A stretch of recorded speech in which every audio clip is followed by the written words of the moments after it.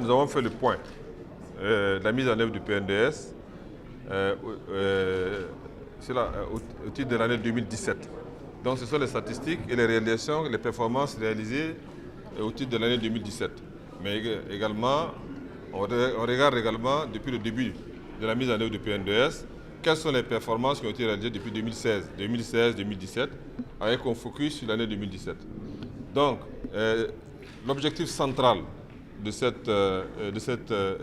comité de pilotage, c'était donc de faire le point sur les performances qui ont été réalisées. Est-ce que les performances qui ont été réalisées sont conformes à la feuille de route pour la mise en œuvre du PNDS sur l'horizon 2020? Et le diagnostic qui a été fait montre que les performances sont très satisfaisantes. Les performances sont très satisfaisantes et l'économie nationale évolue à un rythme très satisfaisant et les différents indicateurs au titre des différents axes du PNDS, que ce soit l'axe numéro 1 qui concerne donc l'amélioration de la gouvernance économique dans notre pays, que ce soit au niveau du capital humain, que ce soit également au niveau de la transformation économique de l'économie, tous ces axes-là, nous avons enregistré des progrès substantiels qui montrent que l'économie nationale vraiment est sur le sentier vraiment de la croissance et également de la lutte contre la pauvreté et que nous atteindrons nos objectifs en 2020. C'est ça qui est le plus important. Maintenant, le diagnostic qui a été fait a mis en évidence également quelques insuffisances et quelques difficultés qu'il convient donc de relever. Et parmi ces difficultés, il y a notamment la nécessaire articulation entre le plan national de développement économique et social et les plans locaux de développement, notamment les plans régionaux de développement et les cadres sectoriels donc, de dialogue. Donc c'est pourquoi nous avons décidé de signer ce qu'on appelle des plans locaux, des contrats d'objectifs. Des contrats d'objectifs entre le gouvernement central, représenté par le gouverneur des 13 régions, et les présidents des collectivités territoriales, qui sont donc les présidents des conseils régionaux et également les présidents des conseils communaux, que sont les maires.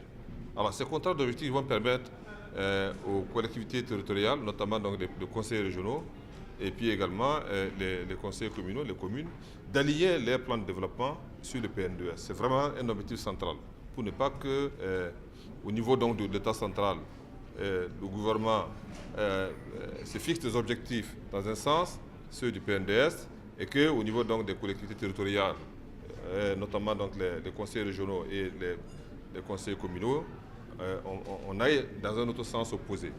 Donc c'est cette nécessaire harmonie, cette nécessaire coordination qui nous a amené à signer ce matin ces contrats d'objectifs avec donc, les collectivités territoriales. C'est une avancée importante.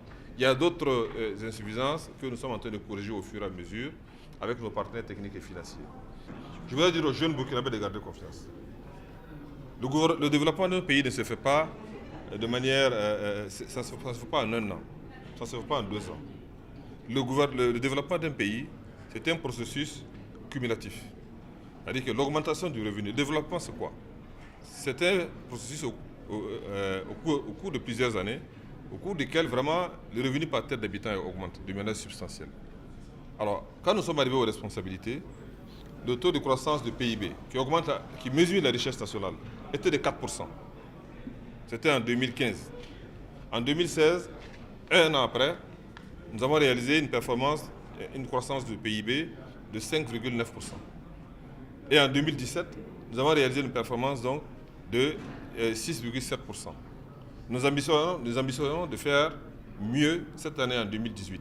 Ça veut dire quoi? Ces performances-là, ça signifie que la richesse nationale augmente.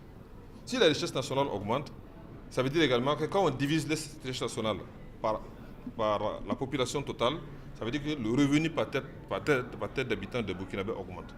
C'est peut-être pas trop sensible aujourd'hui, mais en réalité, c'est au terme d'un processus cumulatif que l'on mesure vraiment comment la richesse nationale augmente. C'est pourquoi il faut peut-être 5 ans, 10 ans, pour qu'on sente vraiment le plein effet de ce changement qui s'opère dans notre économie nationale.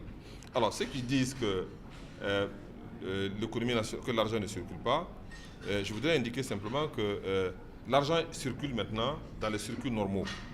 Parce que cette façon de dire que l'argent ne circule pas, on se comprend entre Burkinabés. Je voudrais indiquer seulement que nous sommes arrivés aux responsabilités pour assainir les finances publiques, pour mettre fin à la corruption, pour mettre fin à la mauvaise gestion, pour assurer la transparence de la gestion des finances publiques. On ne peut pas faire comme avant. Nous ne sommes pas venus aux responsabilités, comme je l'ai dit, pour faire comme avant. Nous sommes venus pour mettre en place une politique de rupture, une politique dans la gestion des finances publiques, basée sur la transparence, la lutte contre la corruption, la lutte contre le gaspillage et également une politique résolument centrée sur la lutte contre la pauvreté. Et c'est ce que nous essayons de faire. Et je voudrais demander aux jeunes burkinabés de garder confiance. Il ne faut pas écouter ceux qui pensent qu'on peut changer l'économie d'un pays en 6 mois ou en 1 an. Non, ce n'est pas réaliste. Il faut des efforts, il faut du travail, il faut de la sueur. Il faut beaucoup d'efforts pour qu'on puisse transformer notre pays, pour qu'on puisse récolter vraiment les fruits de la croissance dans 5 ans ou dans 10 ans pour que le Burkina Faso puisse sortir vraiment de la pauvreté.